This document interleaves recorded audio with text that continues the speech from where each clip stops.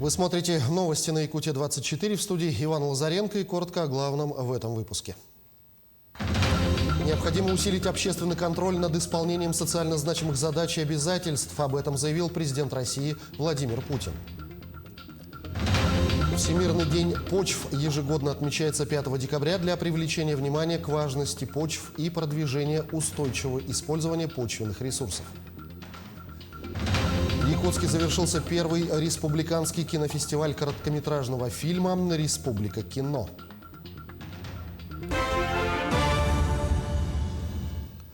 Необходимо усилить общественный контроль над исполнением социально значимых задач и обязательств. Об этом заявил президент России Владимир Путин на заседании съезда партии «Единая Россия». При этом глава государства подчеркнул, что «Единая Россия» располагает всеми ресурсами для решения вопросов, которые ставят российские граждане перед правящей партией.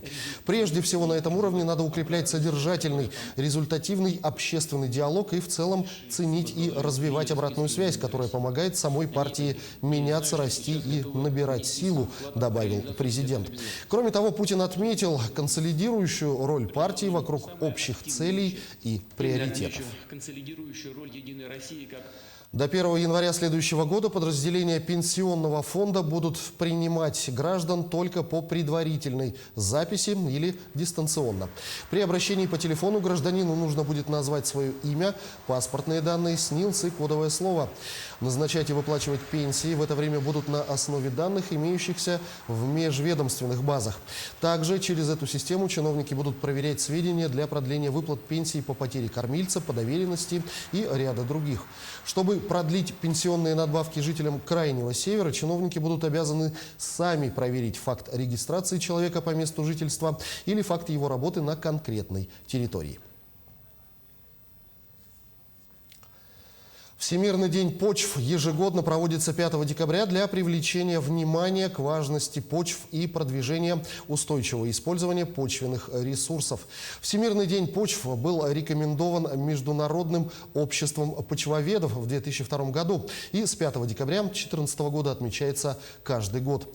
О значимости изучения почвы, вклад якутских ученых в изучение почвы арктической и северной части страны и важности сохранения этой части экосистемы нам расскажет Дмитрий Тымыров в своем сюжете. Почва, по словам ученых, это самостоятельное природное тело и считается четвертым царством после горных пород, воды и воздуха. При этом почва крайне ценна. Почва дороже, чем нефть и газ, золото, алмазы, потому что почва обеспечивает жизнь на этой земле. Изучением свойств почвы и ее возможностей занимается отдельное направление в естествознании – почвоведение. В головном вузе Якутии готовят будущих почвоведов. Ежегодно Северо-Восточный федеральный университет выпускает несколько десятков специалистов. Вообще это фундаментальная дисциплина. И значение этого предмета определяется особой ролью почв и в природе, и в жизни человека. Вообще этот курс построен на сочетании лекционной части и лабораторной практики. И, значит, в лабораторных исследованиях студенты изучают именно почвы нашего региона. А Якутия, как известно, богата разнообразием почв. Всего по классификации еще советского периода отмечается 44 их типа, которые еще делятся на подвиды и подтипы. Ну, тип почвы это, допустим, под разными типами растений, под сосняками один тип, под лиственничками второй, под влажными лугами, там, в долинах рек, на ласах, на горах. Это в связи с ландшафтным разнообразием 44 типа было и 67 подтипов почв было. Сейчас идет глобализация, и международное сообщество ученых эту классификацию объединяет. Но неизменным остается одно – то, что якутские ученые вносят свой вклад в развитие науки и почвоведения по изучению мерзлых грунтов. Но для нашего региона это представляет большой интерес потому, что почвы в нашем регионе, они являются мерзлотными. Они формируются на вечно мерзлых грунтах и обладают совершенно особенными свойствами и режимами. Это стало еще более актуальной сегодня в условиях глобального потепления. Важное влияние на жизнь почвы и на ее состав играет таяние вечной мерзлоты и, например, пожары. Особенно большие изменения происходят в зоне северной тайги.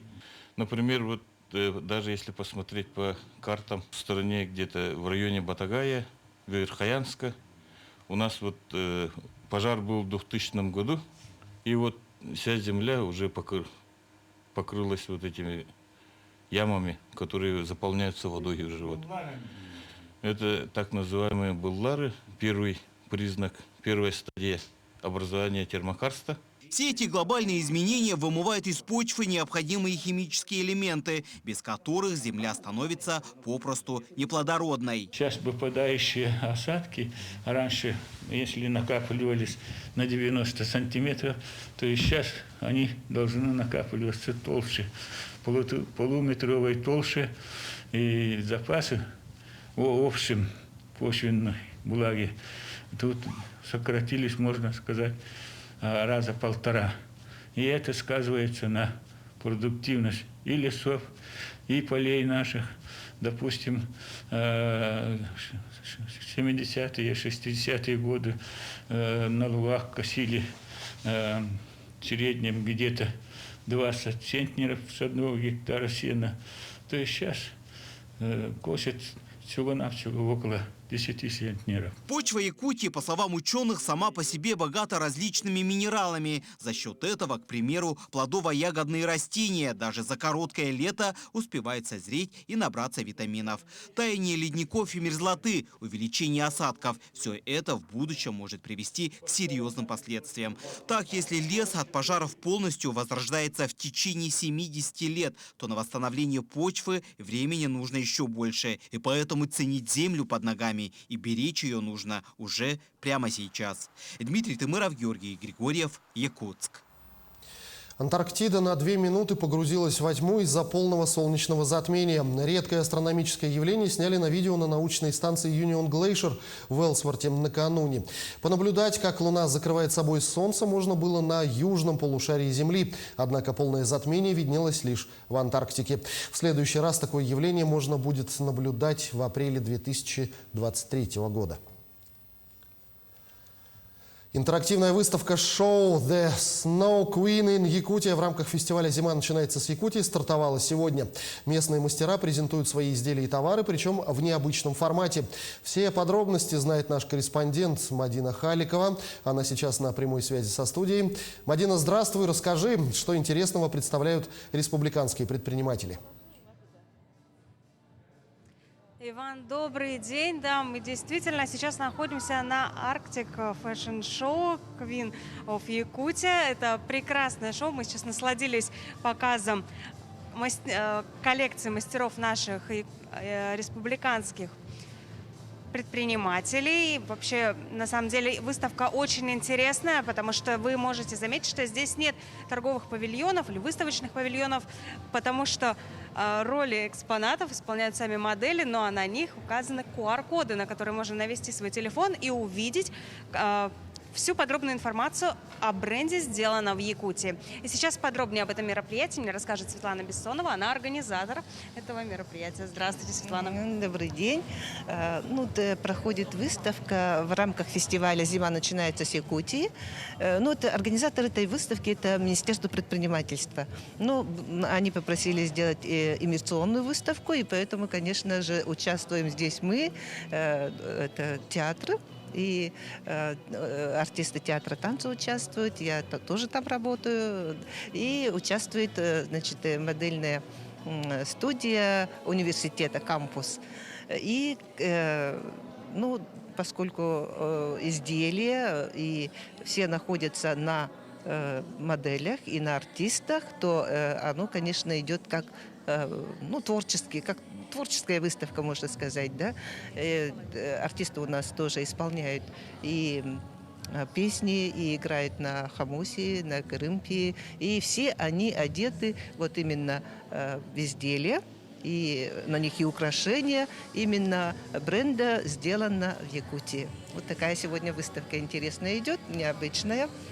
Она действительно очень необычная. Почему вообще приняли решение QR-коды применить для информации? Да, ну это как бы требование времени все равно, да. Мы же все находимся сейчас вот в таком вот в QR-мире находимся, и поэтому действительно это очень удобно. Вот на мне тоже QR-код, да. Можно прямо навести и узнать буквально вот этой фирме, которая вот одна из фирм, которая здесь не все, конечно, участвуют, только отобранные это отбирали Министерство предпринимательства участников фирмы. Это уже такие фирмы и компании, которые известны не только у нас в республике, они известны по всей нашей стране и даже за его пределами. И вот QR-код это очень удобно, ведь навел и в 1 минуту узнал буквально все, что хотел бы узнать об этой фирме, об этой компании. Спасибо вам большое, спасибо. Ну а я еще хочу сказать, что «Зима начинает с Якутии» фестиваль, который ежегодно проходит на территории нашей республики. 1 декабря он стартовал с зажжения главной елки нашей республики на площади Ленина. Тогда это сделали Айсан Николаев, глава республики, и Чисхан, наш Дед Мороз, хранитель холода. Но пока на этом у меня вся информация. Иван?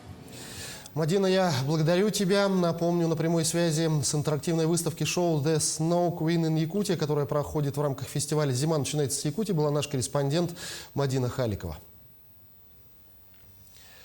Реплика символа российской власти, корона Российской империи, обмундирование Петра I, форма Преображенского полка, сохранившаяся полностью вплоть до шпаги, самый первый орден Андрея Первозванного, облачение митрополита Нестора Камчатского и другие редкие экспонаты.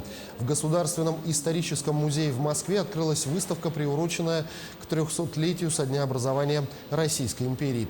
Экспозиция демонстрирует историю развития императорской власти в стране и раскрывает основные проблемы, связанные с политикой территориальным устройством государства. Цель создания образа Российской империи понятна каждому посетителю.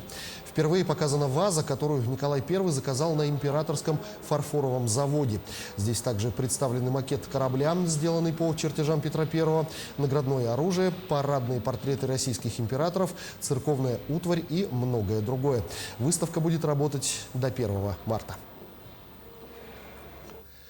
В Якутске тем временем завершился первый республиканский кинофестиваль короткометражного фильма «Республика кино», который проходил с 1 по 4 декабря в Якутске.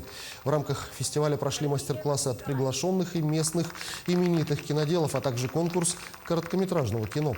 Всего на участие в конкурсной программе фестиваля было направлено 110 заявок, из них отобрали 16 лучших фильмов. Так, по мнению жюри конкурса, лучшим режиссером фестиваля стал Илларион Яковлев с фильмом «Таксист». Название лучшего фильма завоевала работа с Сарданой Барабановой «Дети войны». Поздравляем команду фильма «Ис-Ус». Кузнец. Устоявшаяся. Оператор Александр Краснов. Достаточно сложный, конечно, нам дался выбор, потому что было очень много фильмов разнообразных, разных форматов, но лидеров мы определили фактически единогласно. И мы искали фильмы, которые имеют наибольшую художественную ценность, которые наиболее профессионально сделаны и которые имеют потенциал пойти дальше. 4 декабря этого года станет знаменательной датой в физкультурно-оздоровительной жизни Алаихи. Здесь, в Чукурдахе, в переоборудованном бывшем складе районной торговой конторы, заработал современный каток. Несмотря на морозы около минус 40 градусов, на открытии катка в Чукурдахе было многолюдно. Новый физкультурно-оздоровительный комплекс с тренажерами, а теперь и с катком, является прекрасным подарком жителям к наступающему Новому году. В Горном Улусе прошло чествование борцов, братьев-чемпионов Германа и Александра Кантоевых в честь 20-летия достижения якутян на чемпионате мира в Софии и 50-летием Германа Кантоева. Указом главы Якутии Айсана Николаева Герману Кантоеву присвоено высокое звание заслуженного работника физической культуры и спорта республики. Александр Кантоев награжден грамотой главы республики.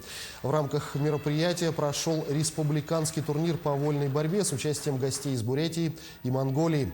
Всего на ковер вышли 58 участников из 9 команд. Борцы оспаривали медали в 5 весовых категориях. Победителями турнира стали Дюлустан Федоров, Александр Авелов, Егор Захаров, Буян Циренов и Никита Хабаров.